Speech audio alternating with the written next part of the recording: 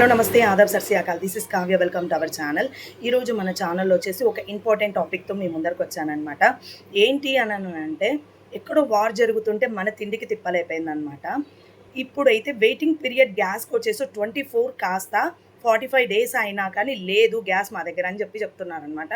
So అలాంటి టైంలో మనం ఏం చేయాలి ఉమెన్గా? గ్యాస్ అనేది జాగ్రత్తగా ఎలా పొదుపు చేసుకోవాలో నేనైతే ఈ వీడియోలో షేర్ చేస్తాను మీకు. ఏదైనా కుక్ చేసుకునేటప్పుడు వచ్చేసి అది కర్రీ కానీ మిల్క్ కానీ అది ఏదైనా కానీ మనం కుక్ చేసుకునేటప్పుడు అయితే లిడ్ క్లోజ్ చేసి కుక్ చేసుకున్నట్టయితే మనకు హీట్ వచ్చేసి దాంట్లోనే ఉండడం వల్ల త్వరగా కుక్ అయిపోతుంది అనమాట. సో దీనికి వచ్చేసి మనము గ్యాస్ని కొద్దిగా ఆదా చేసిన వాళ్ళం అయితే అవుతామన్నమాట.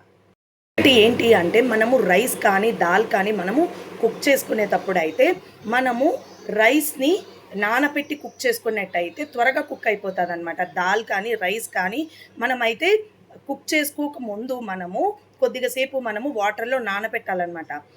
అప్పుడు నానబెట్టిన తర్వాత మనం కుక్ చేసినట్టయితే తొందరగా కుక్ అయిపోతుంది. గ్యాస్ కూడా కొద్దిగా సేవ్ చేసుకున్న వాళ్ళమైతే అవుతామన్నమాట.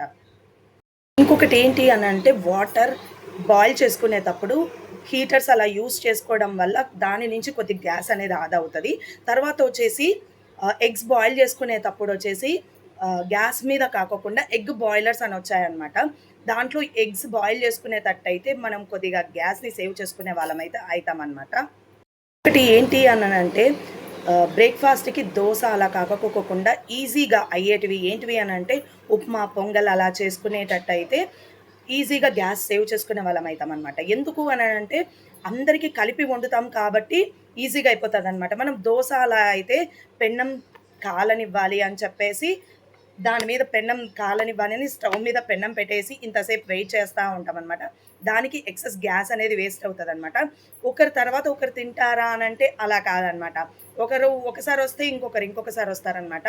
సో అలాగా గ్యాస్ని ఎక్కువ యూస్ చేయకోకుండా మనమైతే ఉప్మా పొంగల్ పోహా ఉగ్గాని అలాంటివి చేసుకునేటట్టయితే మనము గ్యాస్ అనేది ఎక్కువ సేవ్ చేస్తామన్నమాట. ఒకటి ఏంటి అని అంటే మనము వడియాలు అప్పడాలు అలా వేయించుకోవాలి అని అనుకునేటట్టయితే ఎయిర్ ఫ్రైయర్స్ యూస్ చేయడం వల్ల మనమైతే హెల్త్ కాపాడుకునే వాళ్ళం అవుతాము, గ్యాస్ని ఆదా చేసుకునే వాళ్ళము అవుతామన్నమాట. సో ఇలా యూస్ చేయడం వల్ల అయితే మనము కొద్ది వరకు మనం గ్యాస్ అనేది కొద్దిగా సేవ్ చేసుకునే వాళ్ళని అయితే అవుతామన్నమాట. ఏంటి అని అంటే మనం ప్రెషర్ కుక్కర్లో పప్పు రైస్ పెడతాము, దాంతోపాటు కూరగాయలు పెట్టడం వల్ల కూడా మనము గ్యాస్ సేవ్ చేసుకునే వాళ్ళం అవుతామన్నమాట. తర్వాత వచ్చేసి కూరగాయలు తీసి దానికి కొద్దిగా తిరువాతేసి ఏదైనా పౌడర్స్ చల్లుకుంటే అది కాస్త అన్నంలోకి వేసుకొని తినచ్చు అనమాట. సో ఇలా కూడా గ్యాస్ కొద్దిగా తక్కువగా యూస్ చేసుకునే వాళ్ళం అవుతామన్నమాట. స్టవ్వే కాకోకుండా మన దగ్గర ఒక ఇండక్షన్ స్టవ్ ఉండడం వల్ల మనం వచ్చేసి ఎక్కడికైనా ట్రిప్స్ ఈజీగా తీసుకుపోవడానికి అవకాశం ఉంటుంది. అక్కడ కుక్ చేసుకోవడానికి కూడా ఈజీగా అయిపోతుంది అనమాట.